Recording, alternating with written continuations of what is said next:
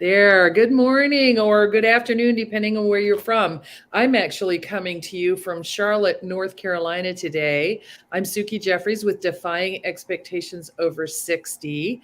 And welcome to my hotel room come studio. And I'm really excited today. I do this live stream, Defying Expectations Over 60, because I'm at an age now where a lot of people and many of my friends have said, why aren't you slowing down? Like you're supposed to be slowing down over the age of 60 and, planning to really retire. And I'm just not ready yet. And I am privileged to know a ton of men and women who are in the same boat. They are not ready to slow down. And today, I've got my friend Nikki Cummins here. She is she lives in the Toronto, Ontario area and has for the past 45 years. And she spent 35 years as a bureaucrat in the government. And she left to join her husband in his health related business, where she took on the challenge of reshaping her own inside the box bureaucratic thinking to become an action oriented, no need to have the plan finished kind of person. So Nikki is 76 and does not see her age as a barrier or a liability. And she's committed to continue building their business so she can be an example to her son, daughter-in-law, and 4 grandchildren and others in their community, so that they can see that they can all continue to contribute regardless of age, though maintaining health, fitness, and energy is paramount. So Nikki, welcome to the show. Well, thank you very much, Suki. It's great to be here. I'm kind of excited about this. I've never done this before. It's the first time for me. Oh my gosh. Well, then welcome to my funny little interview platform. We just do little short snippets with people about defying expectations over 60. So tell us a little bit about you. You told me earlier that you've always been kind of I think you said a quiet adventurer. Tell us a little bit about that. Yeah, because I don't talk a lot about it, but I mean, when I finished high school, I was out the door in 3 days. I was on a train out west all by myself. First time I'd ever been away from home. And I had a job out there that I had gotten on my own. And pretty independent in a lot of ways, but not outrageously so, not defiant or whatever, just doing my own thing when I wanted to. And it's been quite an adventure. I was out west. I went to school out there.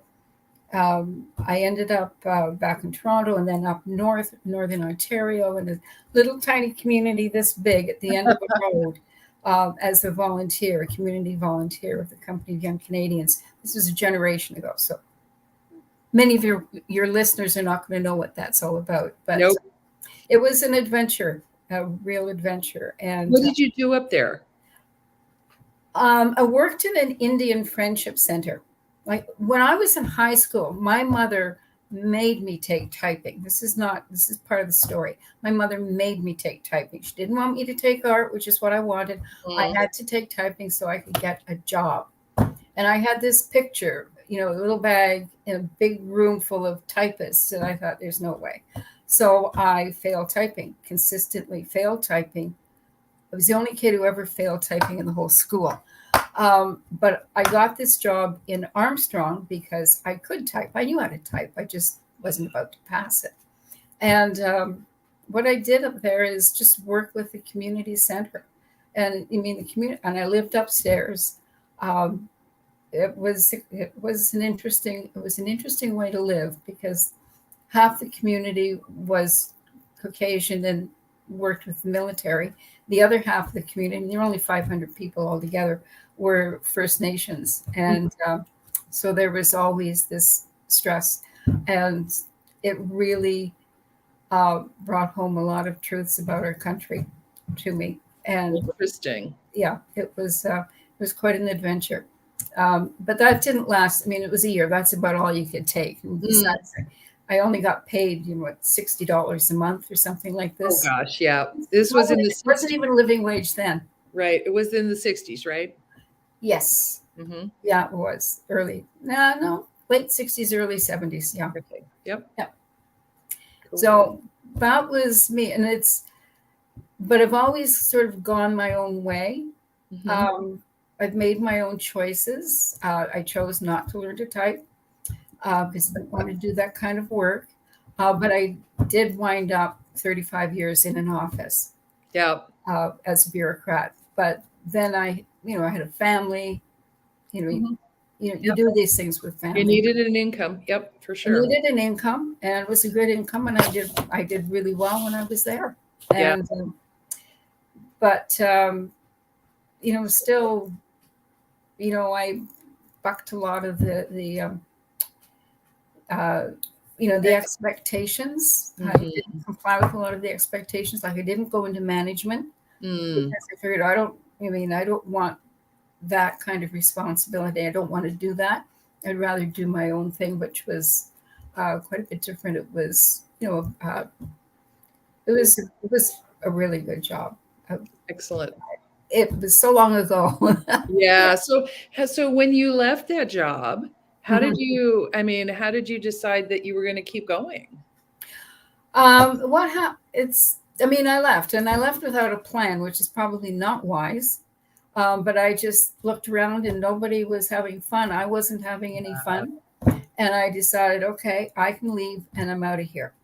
So I just left. I said, okay, that's the date. And off I went. And, I spent probably a year around the house, sort of, you know, going out to do things and stuff. Mhm. And this is really boring.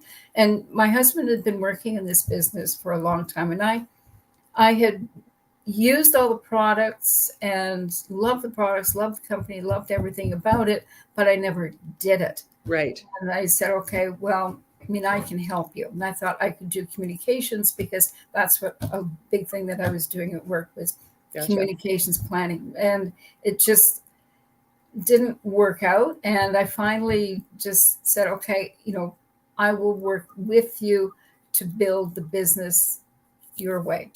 Okay. Yeah. But as you pointed out in the opening, that meant I had to take that bureaucratic mindset. And if you out there are working in government or working in Corporate America corporate, or yeah. absolutely, or corporate Canada, Yep. there's a way you think. Mhm. And the twain shall meet. And with government, everything had to be planned. It had to be approved. It had Mhm. to be reapproved. It had to be replanned, and it just never got out the door. But with business, it's sort of, you've got to, It's at the speed of talk, actually, right? actually, it really is. You think, oh, this is a really good idea. Well, do it. Yeah. Don't just think it, don't plan it, have some idea, but just move on it. And Yes. that was such a hard thing to. To set your intention and go rather than plan it out. Yeah. And I struggled with that as well when I left corporate America. Mhm.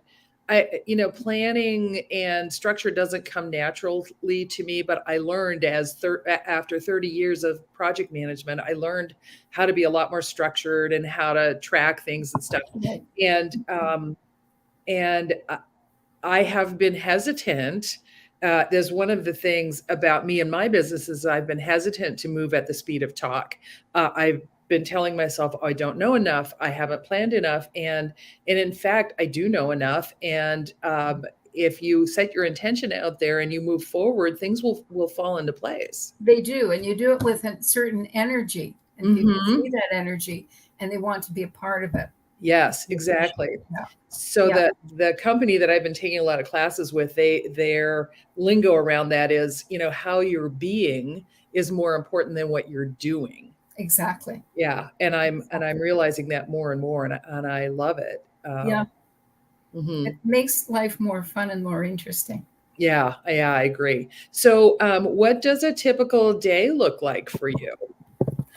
Oh, jeepers. If Okay. there is a typical day. I get up at 5:30, Mm, make the coffee. mm, Then I spend about an hour or half an hour sort of doing some, I don't do meditation, but I do some, just some mind work. yes, mhm. Um, Sort of plan the day, figure out what I'm going to do during the day. Then I spend a lot of time on my social media because that's a big part of what I do. Sure. Yeah, So I yeah. got started on that early. And, in the morning, I'm on calls with different people Mhm. doing our business.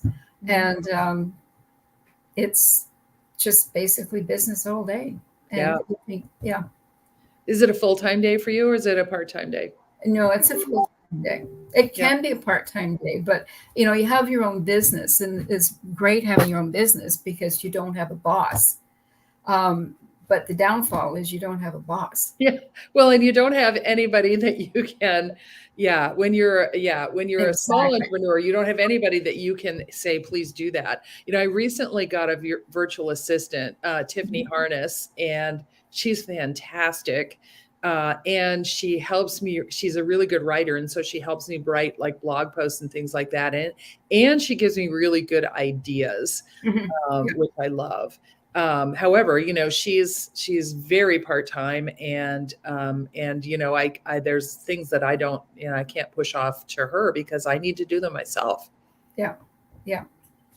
Yeah.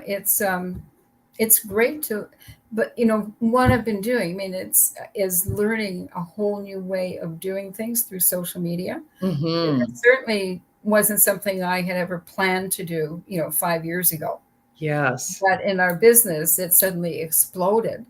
And you either, learn how to do it or you're out. Yeah, or you don't get anywhere. So, Yeah.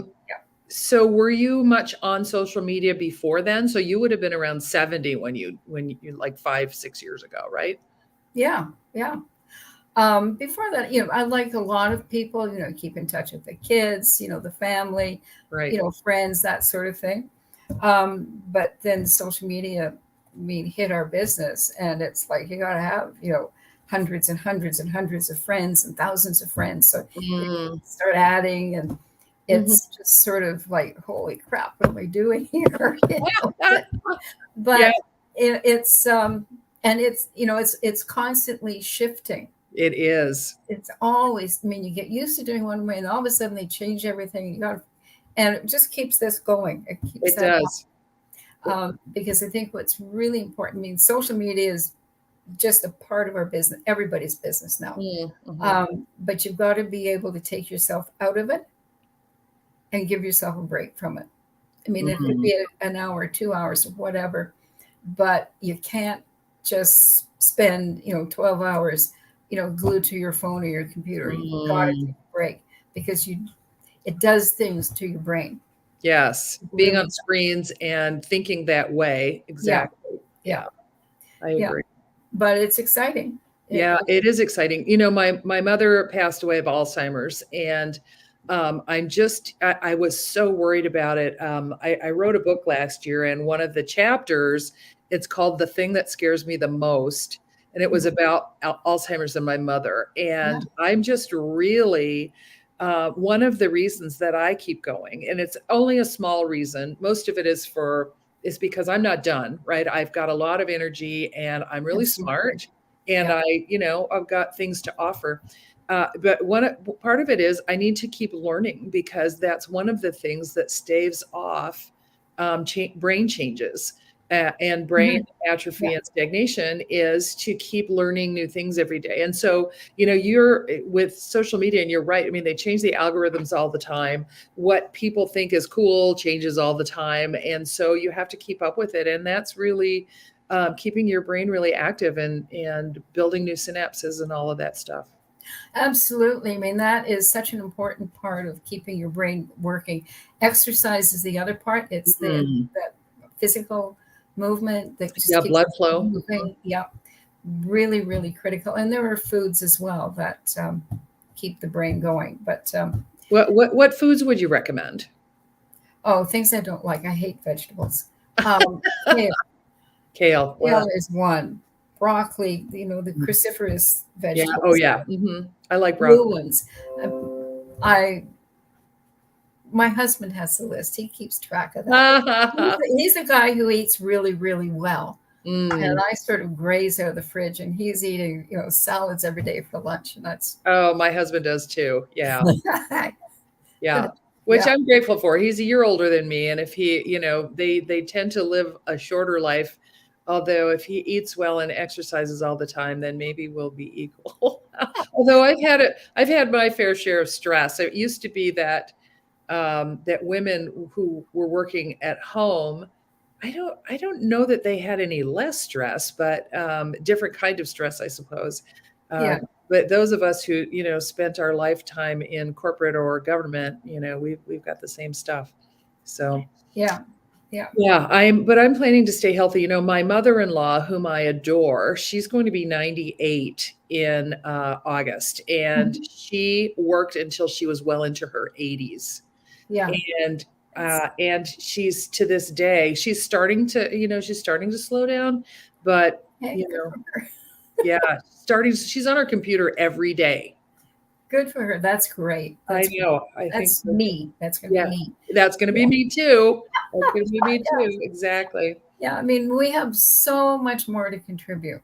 I Oh, mean, our generation is so much healthier than our parents, except for yours.